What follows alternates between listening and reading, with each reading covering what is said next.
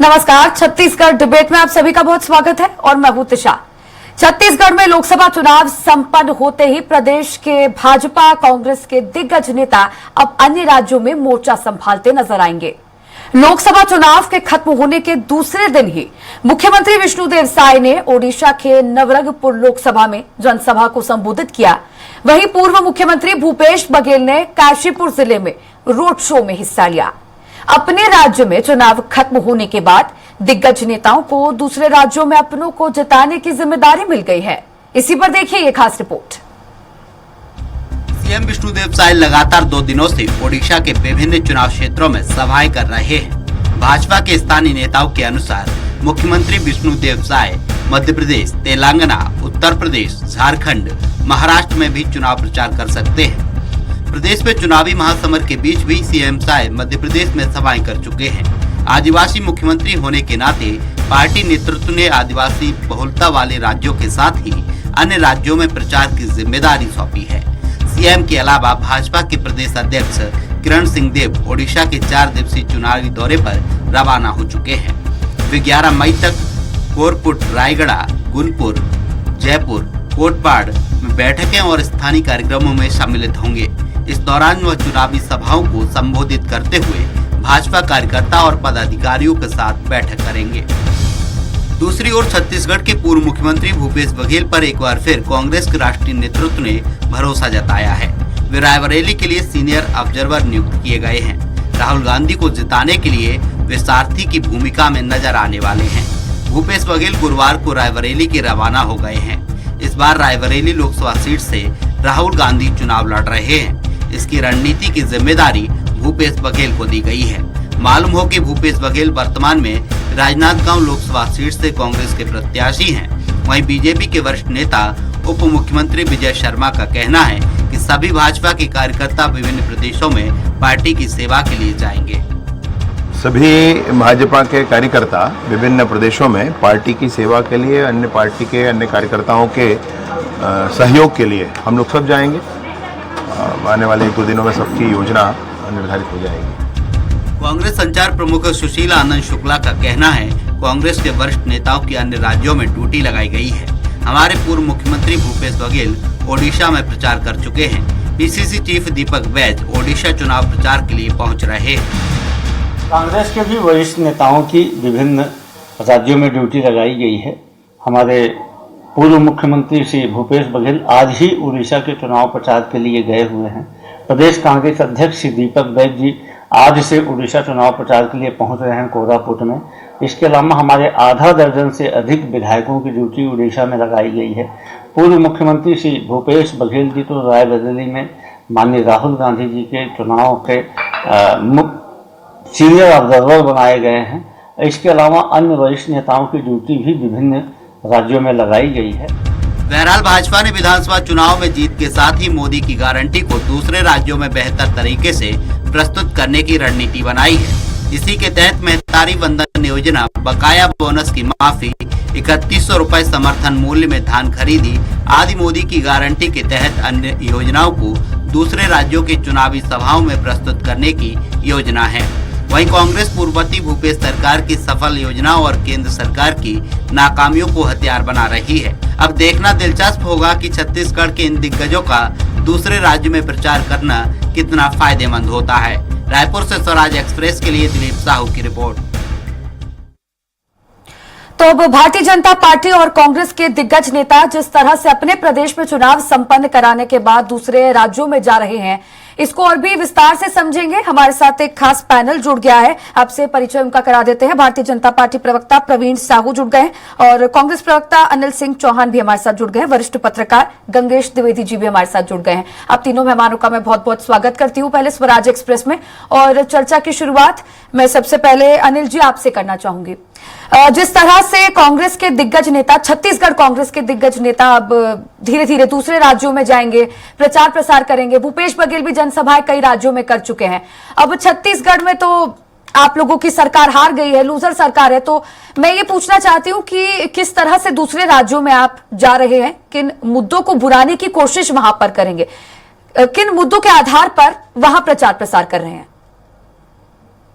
देखिए टीचर जी, कांग्रेस सबसे बड़ी डेमोक्रेटिक पार्टी है इस देश की। हमारे यहाँ लोकतंत्र प्रत्यक्ष रूप से, और आपने देखा होगा कि भारतीय जनता पार्टी की सरकार है यहाँ, फिर भी आज भी कोई प्रदेश व्यापी इनके पास चेहरा नहीं है जिस पूरे प्रदेश में जो सर्वमान्य या बहुत बड़ा कुशल रणनीतिकार। ठीक है, सरकार ये वोटों का ध्रुवीकरण और बहुत सारी परिस्थितियां और एक जनमत है, मैं उसका सम्मान करता हूं, उन विषयों में नहीं जाना चाहता। लेकिन आप देखेंगे तो कांग्रेस में अपेक्षाकृत भारतीय जनता पार्टी के बहुत मुखर और अच्छी रणनीतिकार और बड़े चेहरे होते हैं जो कहना चाहिए बड़े दिग्गजों में गिने जाते हैं। हमारी पार्टी के भूपेश बघेल जी ने ऑल इंडिया लेवल पे सरकार रहते में भी काम किया, बहुत कुशल रणनीतिकार हैं। आप दीपक बैज जी जो हमारे अभी प्रदेश अध्यक्ष देख लीजिए, चरणदास महंत जी, टीएस सिंहदेव जी, ऐसे ऐसे नाम है कांग्रेस के पास जो प्रदेश स्तर पर और ऑल इंडिया लेवल पर चर्चा का विषय रहते हैं। और या कहना चाहिए उनकी नीतियां, उनके कार्य कहीं ना कहीं पूरे देश में सराहे जाते हैं, उनके फॉलोअर्स पूरे देश में हैं। तो देखिए, कांग्रेस पार्टी कभी भी रिमोट कंट्रोल से सेंटर से लेकर नीचे तक नहीं चलाती, इसलिए हमारी पार्टी में एक सिस्टम है और उस सिस्टम के तहत हमारे यहाँ के नेता दूसरे प्रदेशों में जा रहे हैं और बड़ी भूमिका अदा करेंगे। और हमारे प्रमुख मुद्दे जो आपने पूछा वो ये होगा कि 10 सालों में भारतीय जनता पार्टी जिस तरह से फेल हुई, 100 दिनों में महंगाई कम करने का उनका वादा था, 2 करोड़ रोजगार थे, 15 लाख रुपए थे, सब में वो फेल हो गए। बुलेट ट्रेन आई नहीं, स्मार्ट सिटीज बनी नहीं। तो अब भारतीय जनता पार्टी बैकफुट पे आ गई है, बौखला गई है। और जिनको 10 साल तक इन्होंने प्रमोशन दिया और पता नहीं कितने नंबर पर थे, दुनिया के टॉप मोस्ट रईस जो बन गए, अब उन्हीं को मोदी जी चोर कहने लगे कि उनके चोरी का पैसा, काला धन कांग्रेस के पास पहुंच गया। और शायद अब ये लोग चुप हो गए तो कहां थी आपकी ईडी, आईटी, सीबीआई जो विपक्ष पर छापेमारी करती थी, वो क्यों खामोश थी जब उनके यहाँ बाकायदा उनके बंदरगाह में करोड़ों रुपए की हीरोइन मिलती थी, कई 100 करोड़ की। तो देखिए, भारतीय जनता पार्टी बौखलाई हुई है और ये मुद्दों पे चुनाव लड़ने की स्थिति में नहीं है। इन्होंने क्योंकि नोटबंदी की एक कृत्रिम आपदा देश में खड़ी की और जब एक प्राकृतिक आपदा या कोविड की आपदा आई तो आपने देखा कि इन्होंने आपदा को अवसर में बदला। पीएम केयर्स फंड और कोविशील्ड के माध्यम से जिस तरह से चंदा उगाही इन्होंने की, ईडी सीबीआई को हथियार बनाकर, तो ये पूरे देश की जनता जानती है इन प्रमुख मुद्दों को। इसके अलावा इनके सारे फेलियर को, जैसे महिलाओं का इन्होंने लगातार अपमान किया, छत्तीसगढ़ में तो गर्भाशय चुरा लिए गए, नसबंदी कांड हुआ, झलियामारी में आश्रम में बलात्कार हुए, छोटी छोटी बच्चियां गर्भवती हो गई। इन सारे मुद्दों को ले जाएंगे। ब्रजभूषण शरण सिंह, कुलदीप सेंगर और अभी आप देख रही होंगी देवगढ़वा जी के जो पोते हैं, उनका मामला जो जिस तरह से चल रहा है, तो इस तरह की स्थितियां भारतीय जनता पार्टी का चाल चरित्र और चेहरा उजागर करेंगे। और मुझे विश्वास है कि देश की जनता अब इनकी सच्चाई को जान चुकी है और आप देखिएगा कि इस बार देश की जनता भारतीय जनता पार्टी को पूरी तरह नकार देगी, क्योंकि झूठ, फरेब, नफरत की उम्र बहुत लंबी नहीं होती। चलिए ठीक है, यानी कि कुल मिलाकर भारतीय जनता पार्टी की 10 साल की जो नाकामियां हैं उनको मुद्दा बनाकर आप दूसरे राज्यों में जा रहे हैं। ठीक है, ठीक है। अब प्रवीण जी, आपका रुख करना चाहूंगी मैं। सेम सवाल मेरा आपसे भी होगा कि किन मुद्दों को लेकर आप दूसरे राज्यों में जा रहे हैं। खासकर मुख्यमंत्री विष्णुदेव साय जैसे ही चुनाव संपन्न हुआ उड़ीसा में पहुंचे हुए हैं, तो मोदी की गारंटी को ही आप बुलाने वाले हैं या फिर राज्य में जिस तरह की योजनाएं आपने चलाई उसको मॉडल बनाकर उसके आधार पर दूसरे राज्यों में आप जा रहे हैं? किन मुद्दों को भुनाने की कोशिश करेंगे?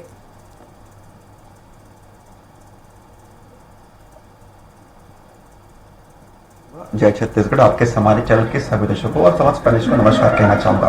देखिए, मैं कहना चाहूंगा कि भारतीय जनता पार्टी के पास नीति भी है, नियत भी है और सबसे बड़ी चीज नेतृत्व भी है। इसलिए नतीजे हमको इस प्रदेश के लिए भी मिल रहा है, पूरे देश भर के लिए मिल रहा है। और रही बात नेताओं के आने जाने की बात कर रहा हूं, देखिए हमने जो कहा था वो करके दिखाया, तो हमारे कार्यों में प्रामाणिकता है, सार्थकता है। उसी प्रामाणिकता को लेकर हम अन्य राज्यों में भी जा रहे हैं। आदरणीय मेरे प्रवक्ता जो है कांग्रेस की पार्टी के कह रहे थे कि हमारे पास विश्वसनीय चेहरा नहीं है।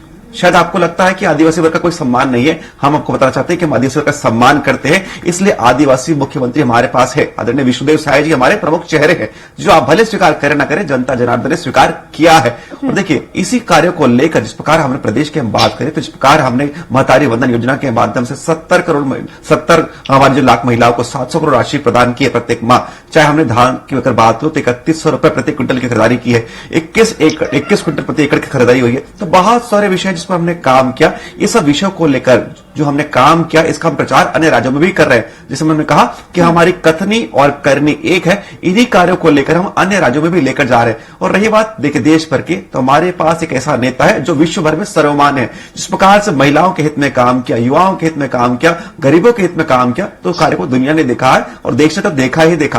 कि महिलाओं की बात कर रहे थे, मैं पूछना चाहता हूं कि जिस प्रकार महिलाओं का आपके कार्यकाल में लगातार अपमान होता रहा, जिस प्रकार आपके कार्यकाल में महिलाओं को अपने केस मुंडवाने पड़ गए थे, आपके विधायक जिस प्रकार मैं कहना चाहूंगा कि अपमान होता है।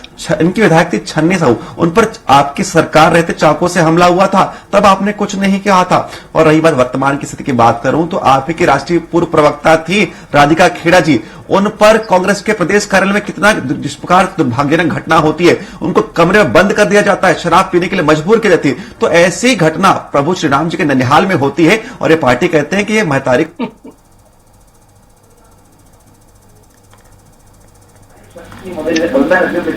सत्ता थी, तब आपने नारी शक्ति वंदन अधिनियम जैसे जो है जो आपने योजना के लिए करनी है, बिल के लिए कर लिया है। ये तो हमारी मंशा थी जो हमने महिलाओं का सम्मान किया।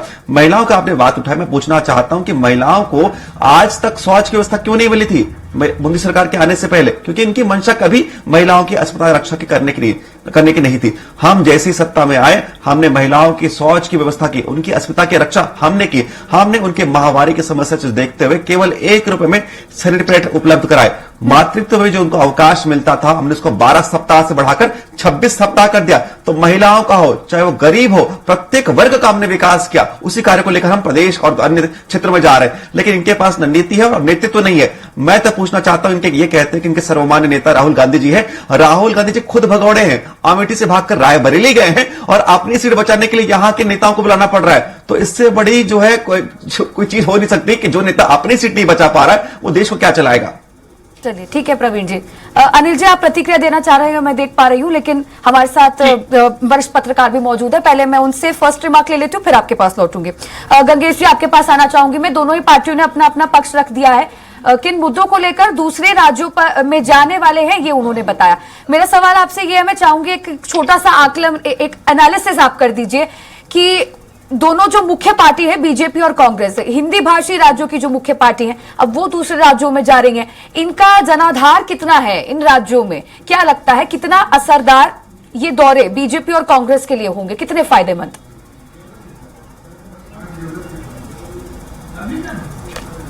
देखिए, देश पे करीब 200 से अधिक सीटों पे तो हो चुका है मतदान।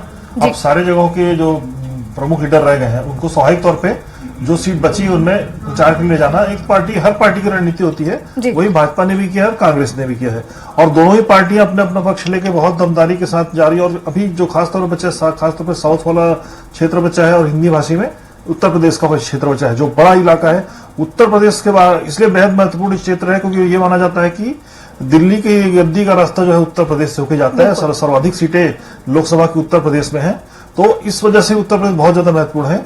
और यही वजह है कि पूरी ताकत यूपी में और तमिलनाडु में, कर्नाटक वाले क्षेत्र में, इन सब क्षेत्रों में अभी झोंकने की जरूरत है दोनों ही पार्टियों को और दोनों ही गठबंधन को। सही मायने में दोनों ही गठबंधन को मिलजुल कर अपनी अपनी ताकत झोंक रहे हैं और दोनों ही पार्टियों ने अपना मजबूत रणनीति तैयार की है।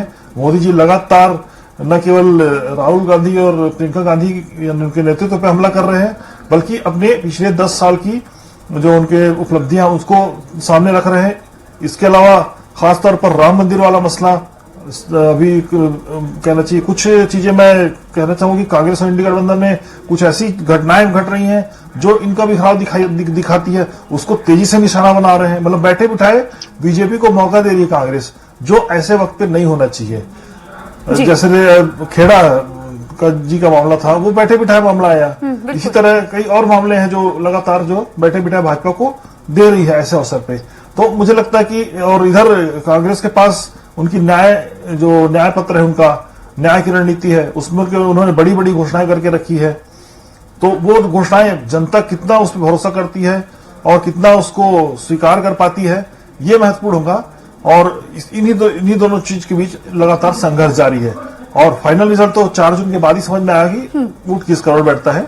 जी ठीक है गंगेश जी। अनिल जी, अब जो प्रतिक्रिया आप देना चाह रहे थे वो मैं चाहूंगी आपसे, लेकिन एक चीज जो भारतीय जनता पार्टी प्रवक्ता हमारे साथ जो जुड़े हुए हैं, उन्होंने राधिका खेड़ा का जिक्र किया और वही जिक्र अभी गंगेश जी ने भी किया। तो इससे संबंधित मैं आपसे पूछना चाहूंगी, मुझे ऐसा लगता है कि शायद ये पूरा मुद्दा आप लोग, आपकी पार्टी सुलझा नहीं पाई। सच क्या है, झूठ क्या है, वो तो पूरा देश जानना चाहता है कि राधिका खेड़ा के साथ आखिर हुआ क्या था, वो एक दूसरी बात है। लेकिन जिस तरह से उन्होंने पार्टी छोड़ी, भारतीय जनता पार्टी ज्वाइन कर ली उन्होंने, ये एक बड़ा मुद्दा बन गया चुनाव के बीच में और आप इसको सॉल्व नहीं कर पाए, ये बात सभी जानते हैं। तो कहीं ना कहीं आपके लिए बड़ी नाकामी है, आप मानते हैं कि नहीं? देखिए टिस्सा जी, मैं नहीं जानता आप जानती हैं कि नहीं, गंगेश जी बहुत अच्छे से जानते होंगे इस प्रदेश में, वो छत्तीसगढ़ प्रदेश को ज्यादा बारीकी से देखते हैं। राधिका खेड़ा जी दिल्ली में जब विधानसभा का चुनाव लड़ी तो अमरिंदर लवली जी के रहमो करम पर लड़ी, और जिस दिन अमरिंदर लवली जी भाजपा ज्वाइन किए उसी दिन भारतीय जनता पार्टी ने स्क्रिप्ट लिखना चालू कर दिया। देखिए, रूठों को या किसी के साथ अन्याय हुआ हो उसको मनाया जा सकता है, लेकिन जो सुनियोजित स्क्रिप्ट राधिका खेड़ा जी ने अपनी मां का जो ठेकेदारी का काम चल रहा है छत्तीसगढ़ में, उसको बचाने के लिए और अमरिंदर लवली जी के वफादारी के चक्कर में जो भूमिका निभाई और जिस तरह से अमर्यादित लांछन लगाया, उसको जनता समझती है। और देखिए, महिलाओं से संबंधित मामले में महिलाएं उससे ज्यादा नाराज होती हैं जो महिलाओं का एक कहना चाहिए विक्टिम कार्ड खींचती हैं, और महिलाओं की जो बेचारी महिलाएं वाकई में पीड़ित हैं, उनके साथ ऐसी महिलाओं के चक्कर में अन्याय हो जाता है। तो ऐसे मामलों में देखिए, आप पूरे देश में छत्तीसगढ़ ही नहीं पूरे देश की महिलाओं ने समझा इस बात को कि किस तरह से विक्टिम कार्ड भाजपा की स्क्रिप्ट पे खेला गया और कैसे वो भाजपा ज्वाइन की। राधिका खेड़ा जी के मामले में बहुत स्पष्ट है सारी चीजें, कोई उनको शराब ऑफर नहीं किया, कोई नाटक नहीं हुआ, सब कुछ भाजपा का सुनियोजित स्क्रिप्ट था। और देखिए, धन बल से और शासकीय एजेंसियों का दुरुपयोग करके भाजपा ने पहला खेल नहीं खेला है। राकपा और शिवसेना जैसे दल समाप्त करके इन्होंने, मणिपुर की आग अभी तक शांत नहीं हुई है, पूरे देश में चलता है, पूरे देश की जनता जानती है, कोई नहीं। दूसरी बात, महिला सम्मान की बात कर रहे थे, नीतीश कुमार जी जो सदन में भाषा बोले विधानसभा में, उसके बाद भारतीय जनता पार्टी ने कहा यह अमर्यादित भाषा है, इस पे बात नहीं होनी चाहिए। आज प्रवीण साहू जी की भाषा हो या नीतीश कुमार जी की हो, चाहे सैनिटरी पैड की बात करते हो चाहे शौच की बात करते हो, मैं समझता हूं देश की आजादी के बाद से आज तक हिंदुस्तान में कोई भी सरकार रही हो किसी भी दल की, हर सरकार ने प्रयास किया कि महिलाओं का जीवन स्तर सुधरे, अगर पूरी इच्छा शक्ति के साथ किया। लेकिन जिस तरह की स्तरहीनता भारतीय जनता पार्टी इन मामलों में करती है नीतीश कुमार जैसे सहयोगियों के साथ, वो स्तरहीनता कोई नहीं करता। और जिस तरह की भाषा इस्तेमाल करके सार्वजनिक चैनलों में बोलते हैं, वोट की राजनीति के लिए गलत है। इसी प्रदेश में गर्भाशय चुला लिए गए स्मार्ट कार्ड के नाम पर, और दलाली चली स्वास्थ्य विभाग में। झलियामारी में शासकीय आश्रम में छोटी छोटी बच्चियों को इतना बलात्कार किया गया, गर्भवती हो गई। नसबंदी कांड पूरे विश्व में छत्तीसगढ़ का फेमस है, ये महिलाओं के हित की बात करती है। तो ब्रजभूषण शरण सिंह आज जेल में होता और वो रेवन्ना का बेटा आज इनके मोदी जी के बगल में नहीं बैठा होता। तो चाहे आप हाथरस की घटना देख लीजिए, चाहे पूरे हिंदुस्तान में इन्होंने सिर्फ महिलाओं का शोषण किया है। और रहा सवाल महतारी वंदन का दिखावा, तो हिमाचल की कांग्रेस सरकार की नकल इन्होंने जरूर की है, लेकिन महालक्ष्मी योजना में जो 1 लाख रुपए सालाना महिलाओं को दिया जाने का कांग्रेस ने स्कीम लाई है, वो महिलाओं के साथ समुचित न्याय है और पूरे देश में इस बात की चर्चा है। और आप देखिएगा, भारतीय जनता पार्टी का जो ये कालनेमी रूपी राम का जैसे चादर कालनेमी ने ओढ़ रखी थी, वो चादर इन लोगों ने ओढ़ रखी है और जनता इनको बेनकाब करेगी। महंगाई, रोजगार, 500 रुपए का सिलेंडर और जिस तरह से उज्ज्वला के नाम पर इन्होंने रुलाया है, जिस तरह से जनता आज पूरे देश में त्रस्त है, इनको जवाब अवश्य देगी। आप 4 जून का इंतजार करिए। भारतीय जनता पार्टी की कलई खुल चुकी है। इनका झूठ, नफरत और द्वेष और कमीशन खोरी और भ्रष्टाचार और इनके देखने का नजरिया सब कुछ स्पष्ट हो चुका है। जनता जवाब देगी। जी जी बिल्कुल। अनिल जी, अभी आपने जिक्र किया महंगाई, बेरोजगारी का। ये बात 100% सही है कि भारतीय जनता पार्टी के कार्यकाल में महंगाई, बेरोजगारी है, मैं नकार नहीं रही ये बात। लेकिन जिस तरह से कांग्रेस ये मुद्दा भुना रही है, जब कांग्रेस सत्ता में थी, जब केंद्र में कांग्रेस की सरकार थी, तो क्या तब महंगाई और बेरोजगारी मुद्दे नहीं थे? क्या आप ये कहने की कोशिश कर रहे हैं कि महंगाई और बेरोजगारी कांग्रेस ने ठीक तरह से संभाल ली थी? तब भी तो थी। देखिए टिस्सा जी, बहुत अच्छा सवाल है आपका। मोदी जी जब 2014 से पहले प्रचार करते थे तो कहते थे कि रुपए का जब अवमूल्यन होता है तो समझ लीजिए उस देश के प्रधानमंत्री का चरित्र कमजोर है। आज रुपए का स्तर आप देख लीजिए। इन्होंने कहा कि कौन कहता है महंगाई पर नियंत्रण नहीं होता, 100 दिनों में महंगाई पर नियंत्रण करके दिखाऊंगा। और हुआ क्या आप देखिए, आप 400 रुपए की उज्ज्वला 1200 हो जाएगी, अपेक्षा की थी आपने। निश्चित रूप से सरकारों में महंगाई पर नियंत्रण एक सीमा तक होगा। हो सकता है 400 का गैस सिलेंडर आज 500 का होता, लेकिन 1200 पहुंचा देना। जिस गैस सिलेंडर को सर पे लेके आप नाच रहे हैं, 60 रुपए का डीजल आप 100 रुपए के करीब पहुंचा देंगे, पेट्रोल को 100 पार कर देंगे और दावा ये करेंगे जनता के सामने कि हम 100 दिनों में महंगाई पर नियंत्रण ले आएंगे। और बेरोजगारी 50 साल की सर्वश्रेष्ठ हो गई अभी।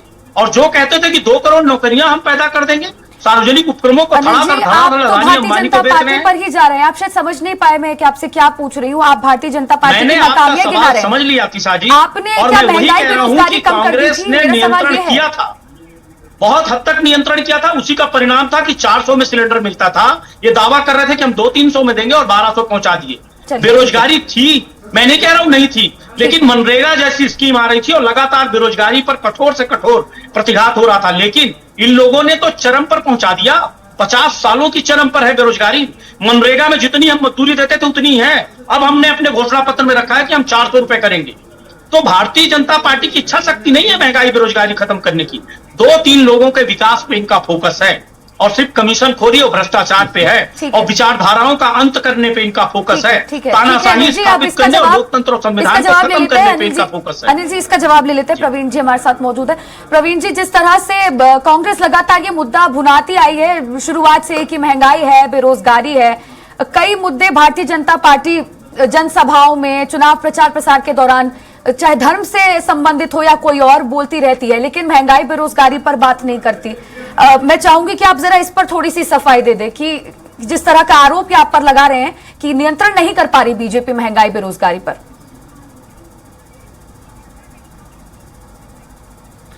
आदरणीय तीशा जी, मैंने पहले इनके वक्तव्य के पहले हिस्से का भी मैं उत्तर देना चाहूंगा।